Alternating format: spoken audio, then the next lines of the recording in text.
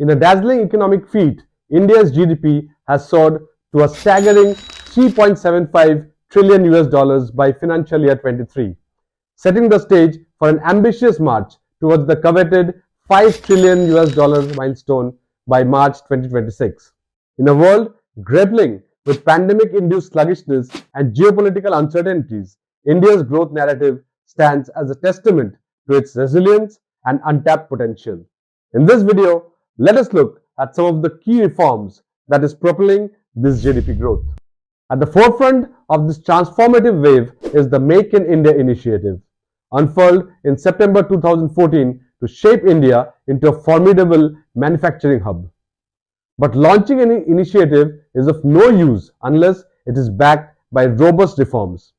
The reform measures included amendments to laws, liberalization of guidelines and regulations in order to reduce unnecessary compliance burden, bringing down the cost and enhance the ease of doing business in India. But a manufacturing revolution demands a digital backbone. Enter Digital India, unveiled in 2015 with a vision to transform India into a digitally empowered society and knowledge economy. The Digital India campaign supports the use of technology to simplify and streamline government procedures. For example, if your business involves manufacturing and exporting goods, you can use online platforms like the eBiz portal and National Single Window System to obtain business licenses, permits, and approvals online, cutting down on paperwork and bureaucratic red tape. By 2030, 1.1 billion people in India will have internet access, more than doubling from the estimated 500 million internet users in 2020. With a dependable and high-speed internet connection, businesses can gain access to online markets by establishing e-commerce platforms, which allows us to reach a bigger client base globally. Digital India has been the primary driving factor which has helped in achieving other major reforms that we are going to discuss subsequently. This was followed by the rollout of the Goods and Service Tax or GST in 2017, which became possible because of the digital ecosystem created. Before GST, the majority of the systems operated offline, resulting in a lack of transparency and accountability. Compliance involved dealing with multiple laws like central excise, VAT, entry tax, central sales tax, and more. Post GST, a single law streamlines the processes. The introduction of e-waybill system now tracks goods movement, replacing the manual waybill process that caused delays and harassment. Compulsory FASTags tracked through RFID have significantly reduced delivery times, particularly benefiting the e-commerce industry. The Indian e-commerce market, estimated at 92.95 billion US dollars in 2023, is growing at a rate of 21.5% annually. The government simultaneously focused on infrastructure development to provide seamless connectivity for movement of goods. Gati Shakti, a national master plan for multimodal connectivity, was launched in 2021.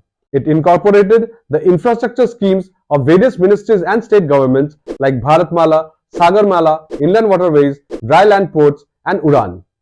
The Ministry of Railways is in the process of developing two freight corridors, Eastern Dedicated Freight Corridor and the Western Dedicated Freight Corridor, with over 1724 kilometers of track commissioned till date at an expenditure of 97,000 crores. These freight corridors will connect important sectoral manufacturing hubs like Ludhiana and Mumbai with important ports, allowing freight to be transported on these dedicated lines, thus freeing up passenger train network and reducing congestion, resulting in improved on-time performance of the railways. Many new expressways such as Delhi-Mumbai Expressway, Agra-Lucknow Expressway have been developed under the Road Connectivity Scheme, which has allowed for cities to be interconnected with lower travel times. Likewise, Ministry of Shipping under the Sagarmala scheme is developing inland waterways network throughout the country. Now, having laid the foundation of the basic requirements of Atmanirbhar Bharat, the government came up with various incentives to boost and encourage the manufacturing sector by way of production-linked incentives or PLIs. 14 sectors were identified in line with government's vision of Atmanirbhar Bharat, and various production incentives were announced in 2019. For example, the National Policy on Electronics prioritizes electronic manufacturing, especially mobile phones. The production-linked scheme offers incentives of 4 to 6% on incremental sales for mobile phone manufacturers, achieving a target of over 4,000 crores. This initiative has led to the production of top high-end phones in India, with major companies like Foxconn, Wistron, and Pegatron shifting their operations to the country. To boost the semiconductor and display manufacturing ecosystem, the government approved a 76,000 crore PLI scheme, resulting in significant 76% increase in FDI in the manufacturing sector in financial year 2021-22. Next in line was the banking reforms. Any economy can never grow without reforms in the banking sector, which ensures accountability and availability of loans with entrepreneurs. Ease 1.0, launched in 2018, improved public sector banks' competitiveness through large-scale mergers, reducing their number from 27 to 12 by April 2020. RBI then introduced Financial Inclusion Dashboard Antardrishti to monitor funds disbursed by banks. Digital India Drive and UPI have revolutionized payments from just 1 million transactions in October 2016 to 10 billion UPI transactions, making India a global leader in digital transactions.